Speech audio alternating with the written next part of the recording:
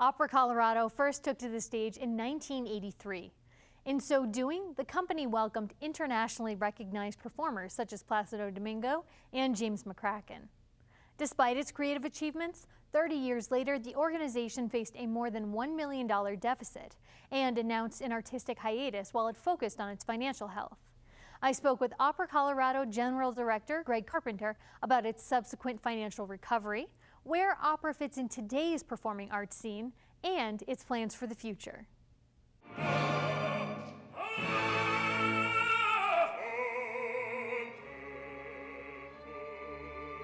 Historically, the opera has put on 3 or 4 full main stage productions in its season, which didn't span a full year. Do you intend to stay with that model, or will that shift now?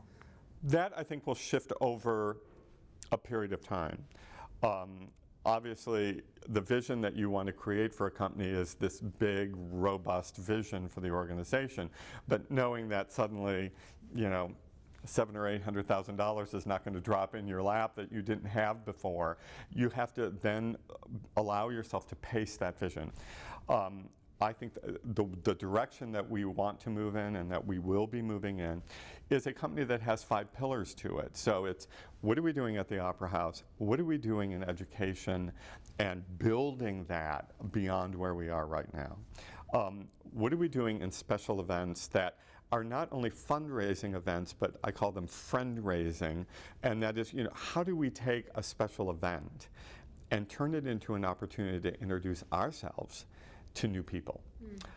And then a new pillar of the organization will probably be doing a newer work, shorter newer work in a smaller theater in Denver.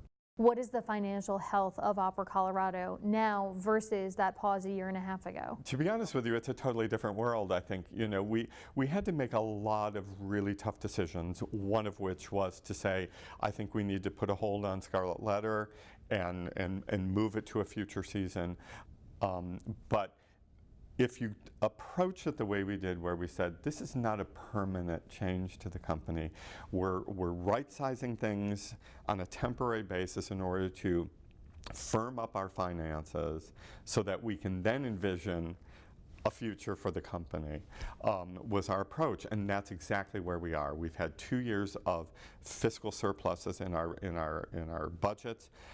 More than half of the debt that we incurred in 2012 is paid off, and if the plan I have in place works right now, we will see that debt paid off potentially by December of this year, 15.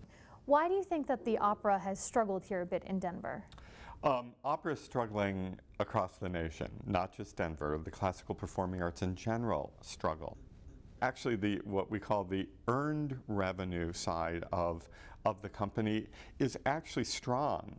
We always want to build it further beyond 85 or 87% of house, but we're doing quite well on that side. The challenge is on fundraising and that contributed income side, and making a strong case to people that, if you really love what we're putting on the stage and you love this art form, it has to go beyond buying a ticket. Looking at how opera remains relevant in today's society, New York, the Met has done an amazing job and been successful with its live HD performances.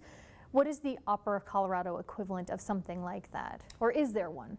I think the best thing that we can do right now, and the most affordable thing that we can do right now, is to increase our civic footprint. So how much can we do when we're not at the Opera House doing the big grand opera productions?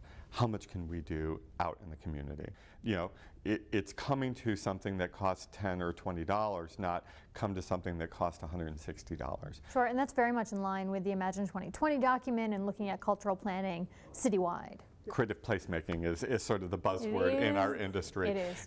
And so it's deciding where you want to be first, and then creating a program that will resonate to that venue or that location. What do you think the role of the arts is in Denver?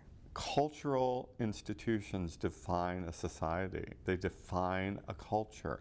And if you don't have art and music and theater in that, you're not a complete culture. You're not a complete society. and it's a centerpiece of who we are and what we do and how we live.